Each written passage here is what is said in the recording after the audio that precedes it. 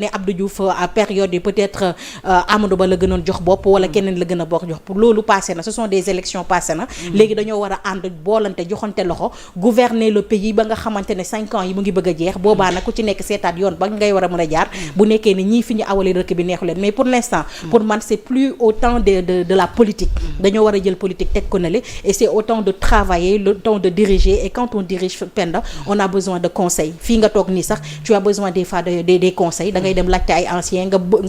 bokk ak ñoom xalaat ñàkk bokk ak ñoom xalaat tout le monde nul n'est messie ci li nga xamante ne moom la nekk am na ñoo xam ne dañuy def 40 ans de métier te des fois nga laaj leen ci dara duñ ko xam ils sont obligés d'aller demander et des conseils c'est toujours la bienvenue parce que Sénégal y a beaucoup de day mel ni mag bu màgget fépp ay metti kon nag aide fu munti jógee rek dafa baax man alors dama koy rafet oui à rappeler que ni depuis mercredi le président Bassirou Diomaye Faye nekk foofee ci Paris à rappeler que ni nag dafa demoon foofu ngir teewee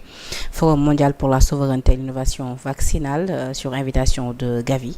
à l'issue également de cet événement jot na petit déjeuner avec le président l'actuel président de la France di le président Emmanuel Macron mais bu ñu taxawee ci daje bu mu daje avec le président Emmanuel Macron Mamy Samb ci jamono bi nga xamante ni yeneen président yi li ñu baaxee woon di gis ci ñoom moo di bu ñu toogee rek la ñuy njëkk a def mooy dem foofee ca France moom nag toog na ab diir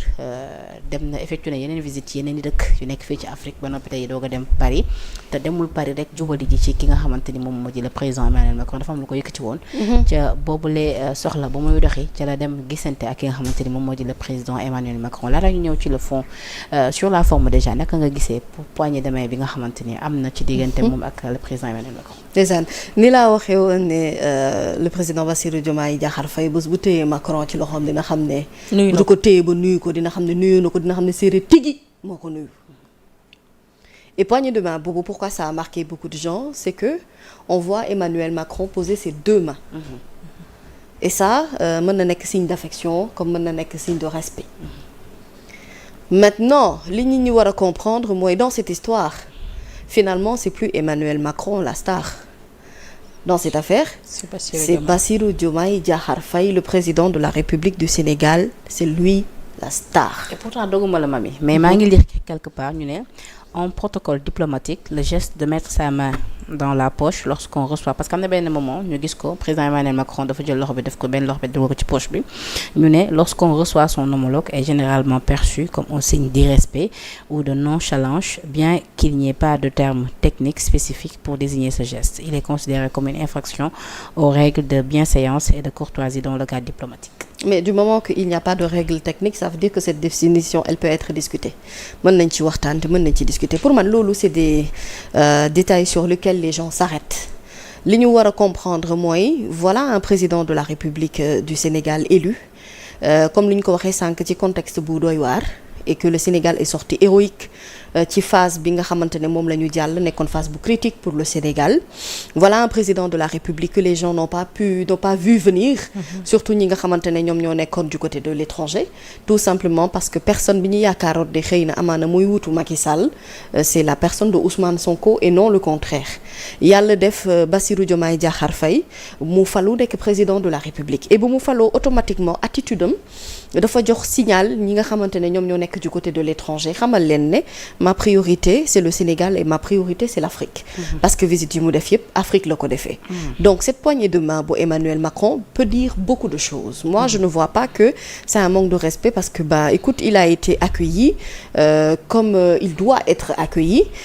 fekk si na ko également ci marché au contraire on a vu même une forme d'insistance ci salutation bi nga xamante ne Emmanuel Macron def na ko Bassirou Diomaye Diakhar Faye au-delà de tout cela il y a aussi ce sourire spontané maintenant xam nga l'acte de Emmanuel Macron peut traduire beaucoup de choses mooy ne ça peut être mën nañ ko traduire comme un président de la République français boo xam ne dafay courtiser un président de la République sénégalais qui a posé d'autres actes bi mu faloo mooy ne il n'est pas venu comme un mouton de Panurge suivre loo xamante ne mooy une tradition qui est presque là entre guillemets comme quoi boo faloo rek da ngay jiitu France dem nuyu ji c'est quelqu'un qui à la limite on peut dire a ignoré même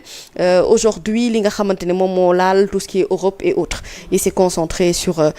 son continent africain visite yi mu def ci continent africain la ko defee ak les pays proches loolu nag c'est un signal parce que ñu bari ci France dañu amoon inquiétude bi France bi am ça se comprend mooy ne aujourd'hui booy xool géopolitique bi ak France doole gi mu amoon Afrique dafa wàññeeku lu bari surtout au niveau de l'Afrique de l'Ouest aujourd'hui booy xool ci continent africain bi et notamment cette partie ouest de l'Afrique France desewul lu bari Côte d'Ivoire la dese ak Sénégal et yàlla def na ni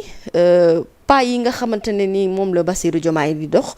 dem ci dëkk yi nga xamante ne ce sont des pays en crise avec la France ou en tout cas dans un désaccord clair bu am ci seen diggante dafa mel ni comme Emmanuel Macron kii di Bassirou Diomaye Faye dafa xaw a nekk un ouf de soulagement pour moom et puis de deux bu nu fàtte ne aujourd'hui dëkk bi ñu yor nii di dëkkub Sénégal li ñu fi jot a découvrir également ci ay richesses ak traditionnellement ci wàllum politique li ñu jot a am ci culture loolu yëpp dafay yokk poids ak grade du Sénégal la France a tout intérêt à avoir les honneurs du Sénégal aujourd'hui pour ne pas mu ñàkk li nga xamante ne jot na ko fi am parce que économiquement France dafa am taxawaay bu am solo fii ci Sénégal et ce sont des opposants yoo xam ne bi ñuy féetee ci benn côté bi newuñu ne dañuy dakkal carrément diggante bi ñu am ak France mais dañu ne yu ci bari ci ay coopération dañ koy xoolaat dañu koy nattaat voilà. Sur le plan économique. Mais oui, parce que loolu c'est une priorité et c'est de là que va démarrer la rupture. Maintenant, à qui parler? C'est son homologue, bien entendu. Un président discute avec un président. Ñaari chef d'État ñooy toog ñooy négocier ñooy discuter lu temps bi gàtt même bu fekkente ne yóbbante lay doon. dina ko semer en tout cas dans la tête de Bassirou Diomaye et lui aussi dans sa posture dina ko wan ne yeneen chef d'État yi fi nekkoon ak chef d'État bi fi nekk ni du benn wute nanu te loolu nag ci lépp la ci culture bi la ci tenue bi la. ci li mu sol la ci comment il se comporte avec fierté on a vu un président fier un président sénégalais bi nga xamante ne endossé na responsabilité bi nekk ci kawam et surtout xam na ne les gens vont porter un jugement ci ñëw bi muy ñëw ci Emmanuel Macron et que tous ces gestes seront justement commentés et étudiés donc c'est un Bassirou Diomaye Faye en réalité boo xamante ne nii qui est même considéré aujourd'hui même booy xool dans les médias européens et dans les médias français comme un président de la République héroïque mais quelqu'un qui est là comme un sauveteur koo xamante ne xëy na peut-être mën na tenter benn esprit de réconciliation même si ça va pas être facile mais mu mën a consolider également les acquis de la France et c'est normal que Emmanuel Macron ait cette position-là avec lui et c'est pas dans son intérêt de manquer de respect au président sénégalais qui en ce moment reste l'un des rares remparts de la France bi nga xam ne ci li ñu jot a am ci kàttan ak doole fii la nekk donc daal li ñu ci mën a jàpp mooy Emmanuel Macron xam na kuy Bassirou Diomaye Faye bien avant muy yegsi te am na confirmation de qui est Bassirou Diomaye Diakhar Faye quand il l'a vu descendre de la voiture et monter les marches de l'Élysée ci bu mu koy nuyu bu muy jokkalanteeg moom ci loxo ci bu muy toog ak moom ba ni muy tàggatoo ak moom il a compris que le système a changé il a compris que les rênes sont dirigées par quelqu'un d'autre et ci ba ci communiqué conjointe bi foofu lay daanele bi nga xamante ne ñoom ñaar ñoo ko bokkandoo signé la France a clairement dit li nga xam ne moom mooy ay soxlaam ak ay yitteem ci lan la bëgg liggéey et la question énergétique également a été suscitée waxtaan nañu ci parce que Sénégal léegi dëkkub pétrole la dëkkub gaz la dëkkub richesse la dëkkub lu ne la kon nag France fu mu nekk ni xam na ne Sénégal jongoma la boo xamante ne ñëpp dañu koo war a dem gérer ji ou en tout cas xool atu jongoma yi xool naka lañ koy gérer ci seen biir côté et Emmanuel Macron n'est pas fou même bu fekkee son mandat est presque terminé le règne ou en tout cas li nga xam ne moom mooy héritage u France bëgg nañ mu des ci loxoy Sénégal waaye mbiri wute na bu baax a baax et je pense que loolu c'est dans les accords dans les partenariats li ñuy discuter dañuy gis ne dëgg-dëgg les choses ont changé moo tax juste après la rencontre moom le président Emmanuel Macron posté na ci li nga xamante ni moo di ci comptam ni après notre première rencontre j'en suis convaincu nous allons donner une nouvelle impulsion au partenariat entre le Sénégal et la France unis par des valeurs démocratiques communes et des liens humains indéfectibles. Souleymane boo gisee poste bi mu wax rek da lay wax ne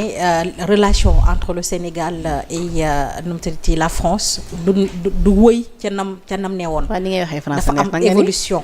nam koy waxee du wëy. mais ni ngay waxee France dafa neex. évolution dafay am évolution du wëy dina am changement boo déggee texte bi Emmanuel Macron def dafay mel ni kuy naan alhamdulilah parce que ñoom ñëpp comme ni ko Mami waxee rek en Afrique de l'Ouest Sénégal dafa mus a jouer li nga xam ne moom mooy